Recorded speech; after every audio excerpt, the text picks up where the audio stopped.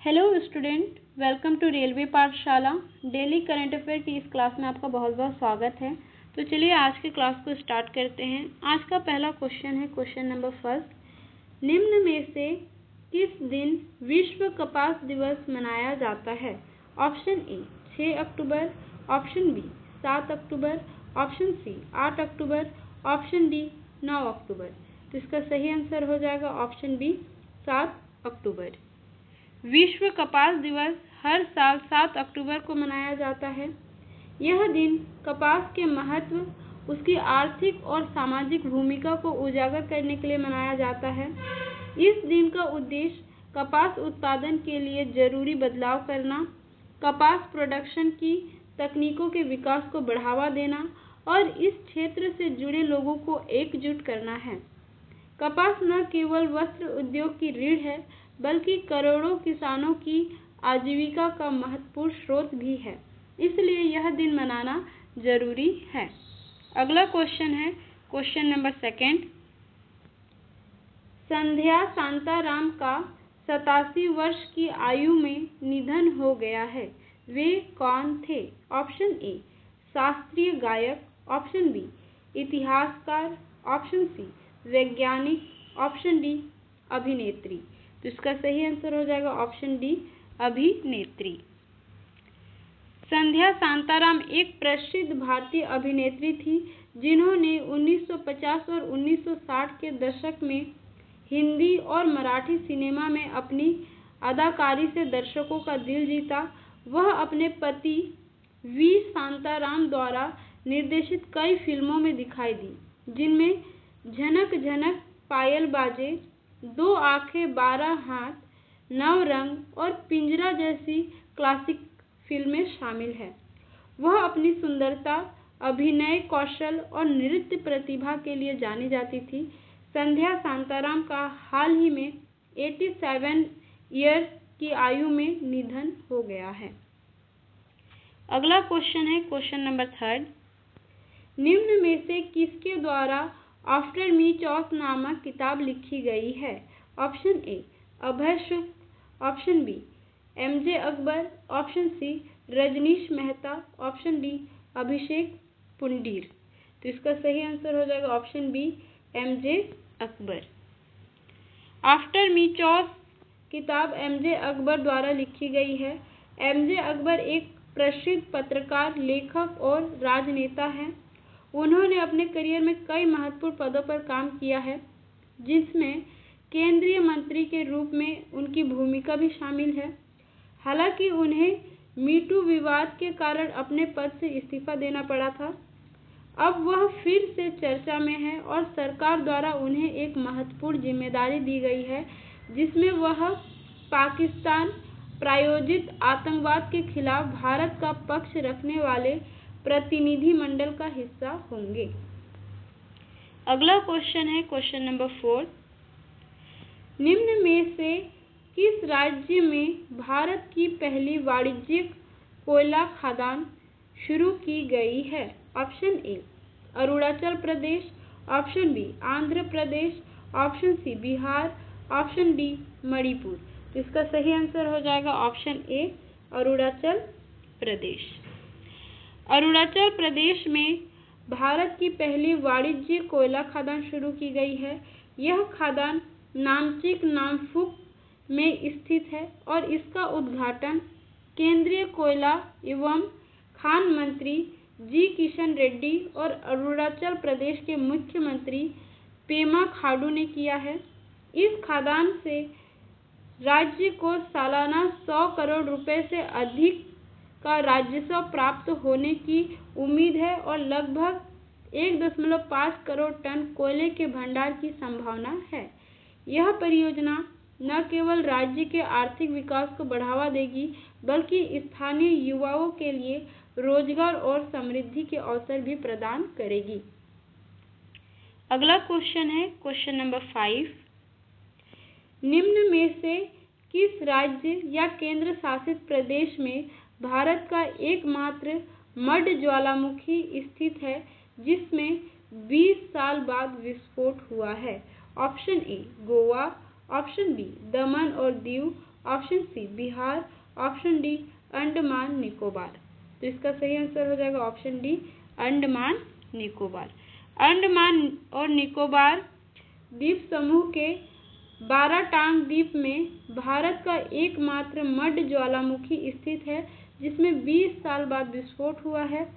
यह विस्फोट 2 अक्टूबर 2025 को हुआ था, जिसमें भारी मात्रा में कीचड़ और गैस निकली थी।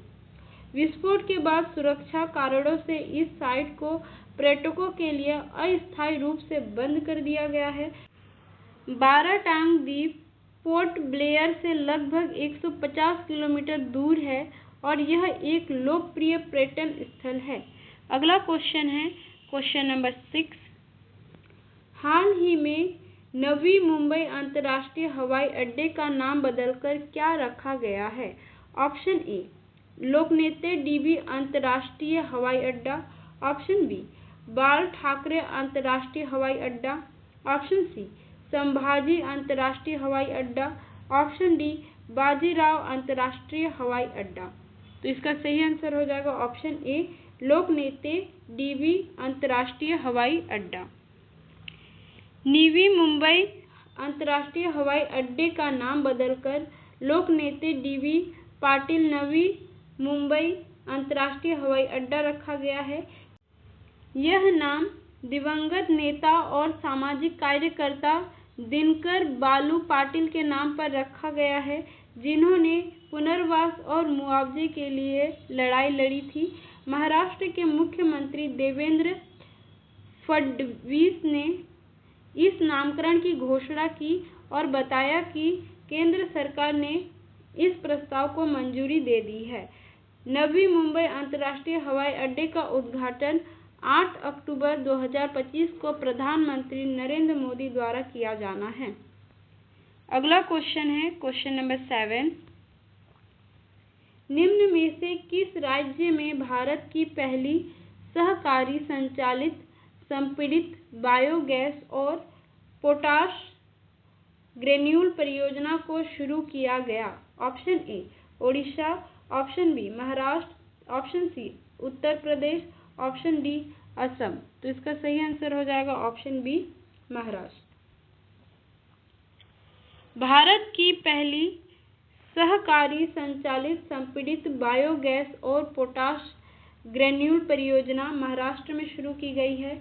यह परियोजना न केवल ऊर्जा उत्पादन के नए अवसर प्रदान करेगी, बल्कि किसानों को भी लाभान्वित करेगी। अगला क्वेश्चन है क्वेश्चन नंबर 8। निम्न में से किस स्थान पर अंतर्राष्ट्रीय प्रकृति संरक्षण संघ IUCN विश्व संरक्षण कांग्रेस का आयोजन किया जाएगा? Option A Nai Delhi, option B Dubai, option C Abu Dhabi, option D Patna. तो इसका सही आंसर हो जाएगा ऑप्शन सी अबू धाबी। अंतर्राष्ट्रीय प्राकृतिक संरक्षण संघ IUCN विश्व संरक्षण कांग्रेस का आयोजन अबू धाबी संयुक्त अरब अमीरात में किया जाएगा। यह आयोजन 9 से 15 अक्टूबर 2025 तक अबू धाबी राष्ट्रीय प्रदर्शनी केंद्र ADNEC में होगा।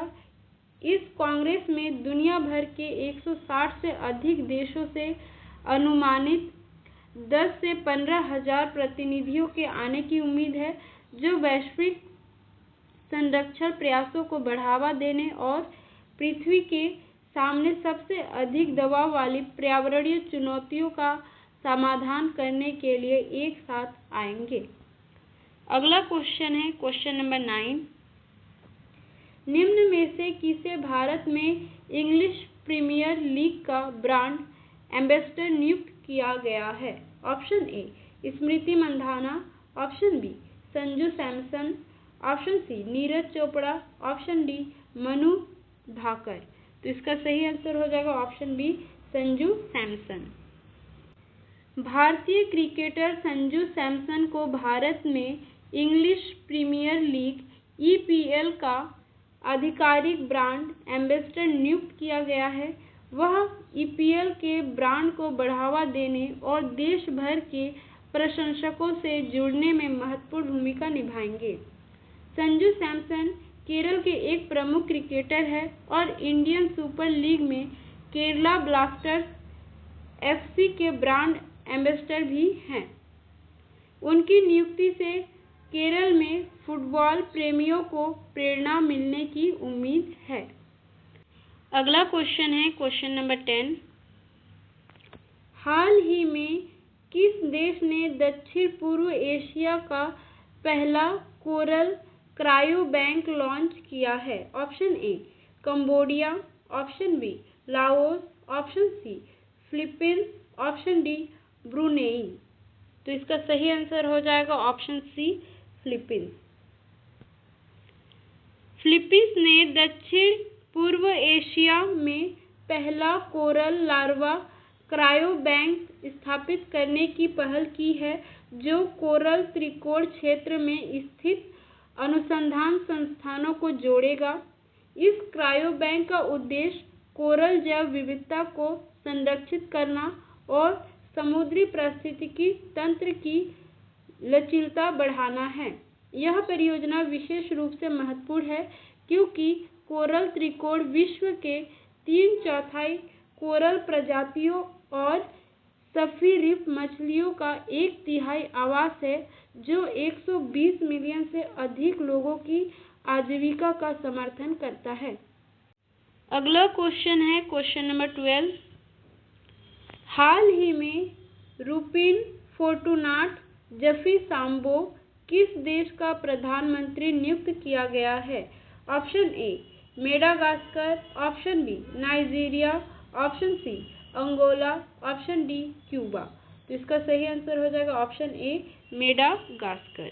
अगला क्वेश्चन है क्वेश्चन नंबर 13। निम्न में से कौन जूडो जूनियर विश्व चैंपियनशिप 2025 में भारत के लिए पदक जीतने वाली पहली खिलाड़ी बन गई है? Option A Shivani Kumari, option B Aarti Mishra, option C Sonali Sharma, option D Linthoi Chanambam. तो इसका सही आंसर हो जाएगा option D Linthoi Chanambam. Linthoi Chanambam judo junior विश्व चैंपियनशिप 2025 में पदक जीतने वाली पहली भारतीय खिलाड़ी बन गई है। उन्होंने पेरू के लीमा में आयोजित चैंपियनशिप के 63 किलोग्राम भार वर्ग में कांस्य पदक जीता। मणिपुर की 19 वर्षीय लिंथोई ने रैमचैंड के जरिए पदक दौड़ में जगह बनाई और यह ऐतिहासिक उपलब्धि हासिल की। वह पहले 2022 में विश्व कैडेट चैंपियन बनने वाली पहली भारतीय भी थी। तो आज के क्लास को यहीं तक रखते हैं। आशा करते हैं कि आज की जानकारी आपको पसंद आई होगी, आज के क्वेश्चन आपको पसंद आई होगी। यदि आप चैनल पे नए हो तो चैनल को प्लीज़ सब्सक्राइब कर लीजिएगा। Thank you for watching.